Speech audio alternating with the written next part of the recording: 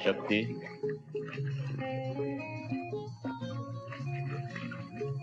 हम कब तक अपना घर फूंक कर सोने के मेडल बांटते रहेंगे? दिलेर सिंह पकड़ा गया, उसके बाद कुंदन, और अब ये तुम्हारा ट्रक ड्राइवर चरण सिंह। चरण सिंह से हमें कोई खतरा नहीं है सर, वो मुंह नहीं खोलेगा, और फिर वो हम में से किसी को भी नहीं जानता। हाँ, कुंदन पे भरोसा नहीं किया जा सकता। शराब ने उसे नाकारा बना दिया है। शराब तो एक बहाना है, उसके दिन पूरे हो चुके हैं। नहीं! मैं किसी चरण सिंह या दिलेर सिंह को नहीं जानता, नहीं जानता। स्पाइडर को तो जानता है। कौन? कौन स्पाइडर? अरे तू तो अपने बाप को भी नहीं जानता। अच्छी तरह से पहचान ले, मैं तेरा बाप हूं। मैंने तुझे जिंदगी तो नहीं दी, मगर मौत जरूर दे सकता हूं। यह तुम्हारी भूल है इंस्पेक्टर। हाँ, तुम्हारे पास वो गोली नहीं जिस पर मेरा नाम लिखा हुआ है। सोने के बिस्किट तो है, वह मुझे फांसी के तख्ते तक नहीं पहुंचा सकते। मेरी मौत तो मेरे आदमियों के हाथों होगी। तुम मुझे जिंदगी दे सकते हो, और मैं तुमसे सौदा करने के लिए तैयार हूं। कैसा सौदा? सर, सेठ सोहनलालपुरी आपसे मिलने आए हैं। इस पर नजर रखो, मैं भी आता हूं।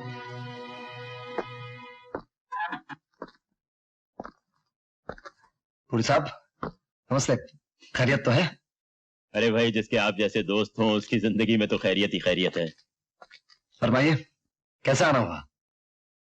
मैं आपको दावत देने आया हूं। मेरे एक दोस्त आपसे मिलना चाहते हैं। किस सिलसिले में? ये तो आपको वही बताएंगे। वैसे वो आपकी बहादुरी के बहुत दीवाने हैं। आज रात हम सब मिलकर एक साथ खाना खाएंगे कैफे हवाई में, वहीं उनके साथ गपशप भी हो जाएगी।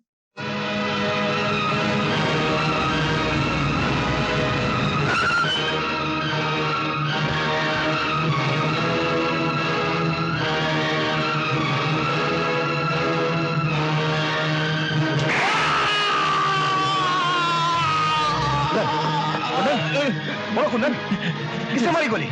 कुंदन, कुंदन! कौन है ये? हा? कौन जाने कौन है। स्मगलिंग के इल्जाम में पकड़ा गया था, अपने ही किसी साथी की गोली का शिकार हो गया। Poor devil. I am ashamed of all my men. कितनी शर्म की बात है, पुलिस की हिरासत में एक कैदी का कत्ल होना।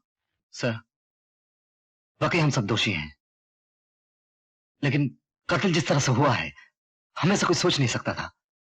मुझे पूरा यकीन है सर, मरहूम जिस गैंग का आदमी था उसी गैंग ने उसे खत्म किया है।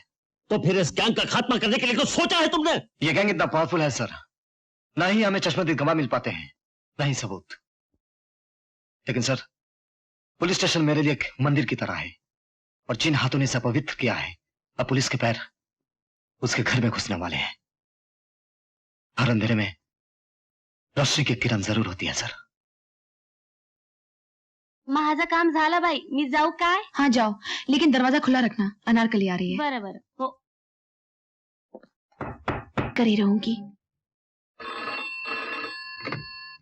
हेलो, इंस्पेक्टर विजय बोल रहा हूँ। मैं जानती हूँ राकेश सक्सेना का खून किसने किया है। कौन हो तुम? मैं तुमसे मिलना चाहता हूँ। आज शाम को 5 बजे काले टीले पर आ जाओ, मैं तुम्हें वहीं मिलूंगी।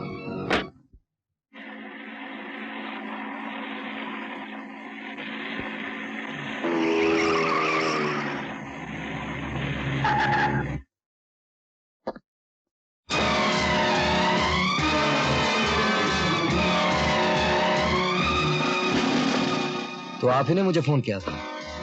जी नहीं, आपकी मौत ने आपको फोन किया था। क्या मतलब? मतलब यह है कि मैंने राकेश सक्सेना के कातिल का पता लगा लिया है। मुबारक हो। जो काम मैं इतने दिनों से नहीं कर पाया वो आपने कैसे कर लिया? क्योंकि मैं उसकी बहन हूँ और तुम उसके कातिल हो। देखिए, आपको जरूर कोई गलतफहमी हुई है। राकेश मेरा बहुत अच्छा दोस्त था। राकेश को खोकर मैंने भी बहुत कुछ खो दिया। इंतकाम की जो आग आपके दिल में है वो मेरे दिल में भी है। मुझे भुलावे में डालने की कोशिश मत करो। अपने भाई के कातिल को ढूंढने के लिए मैंने कितने रूप बदले हैं, किस किस अड्डों पर नाची हूँ, कहाँ कहाँ खाक छानी है, लेकिन जब कातिल का चेहरा सामने नजर आया तो अपने आप को दोस्त कहने वाला दरिंदा ही दुश्मन निकला। मैं तुम्हें जिंदा नहीं छोड़ूंगी, मैं तुम्हें जिंदा नहीं छोड़ूंगी।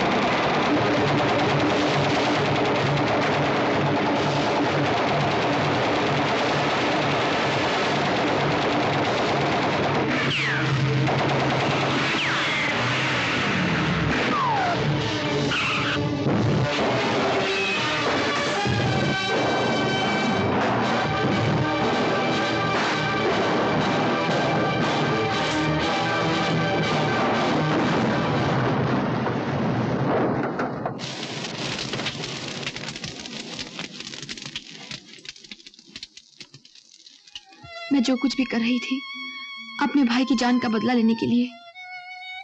वो मेरा इकलौता भाई था, न माँ न बाप, दोनों की जगह वही था। लेकिन उसके जाने के बाद मेरा इस दुनिया में कोई नहीं है, कोई नहीं। आंसू बहाने से खोए हुए लोग वापस नहीं मिलते। तुम्हें शायद नहीं मालूम, राकेश हमारी खुफिया पुलिस का एक वफादार ऑफिसर था। राकेश भैया सीआईडी में थे?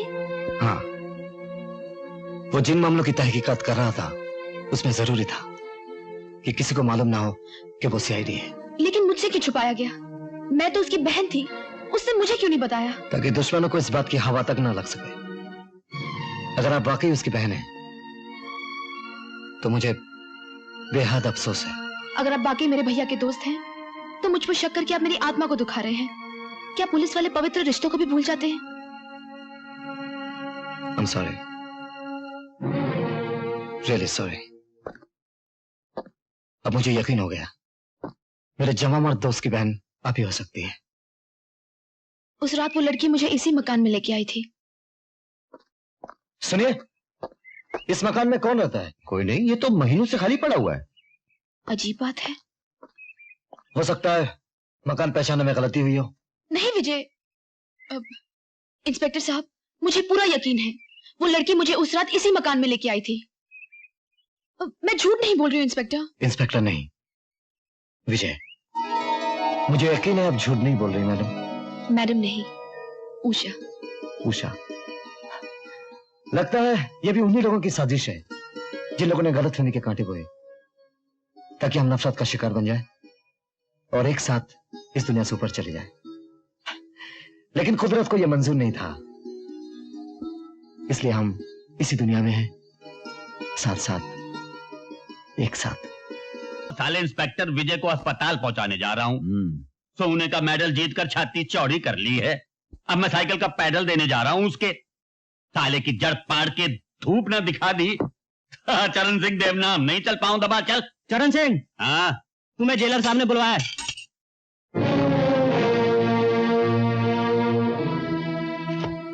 तुम्हारी सजा खत्म हुई चरण सिंह, तुम्हें रिहा करने का हुक्म आ गया।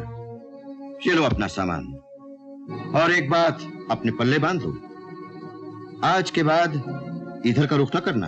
हाँ, लेक्चर देने की कोई जरूरत नहीं जेलर साहब, आप तो अपनी नौकरी बजाओ। अपना देश में जिसे देखो गला फाड़ फाड़ कर भाषण देता है, अपने काले करतूत कोई ना देखे। मैं तुम्हारे भले के लिए कह रहा हूँ चरण सिंह। मैं भी तो तारे भले के लिए कह रहा हूँ जेलर साहब। वो क्या कहें बंबई की जबान में, वो खाली पीली भाषण देना बंद करो, नहीं तो किसी दिन कोई थोपड़ा बिगाड़ देगा। हाँ, और हाँ, एक बात और याद रखना, 2 दिन के बाद मेरा खाना तैयार रखना। मैं तारे एक साथी का थोपड़ा बिगाड़ कर वापस आ रहा हूँ, तारे इसी सरकारी होटल में। हाँ,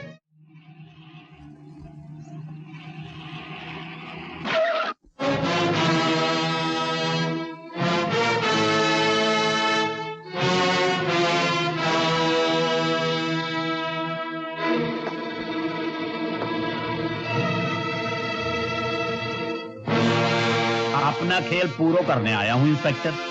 आज फैसला हो जाए कि तारे कानून के हाथ कितने लंबे हैं और हमारी दुश्मनी के हाथ कितने लंबे हैं। मेरी तुमसे कोई दुश्मनी नहीं है चरण सिंह, तुम अपनी किए की सजा भुगत चुके हो। अब ईमानदारी से अपना काम करो। अपना काम करने ही तो आया हूं इंस्पेक्टर। दम है तो ले हथकड़ी पहना दे।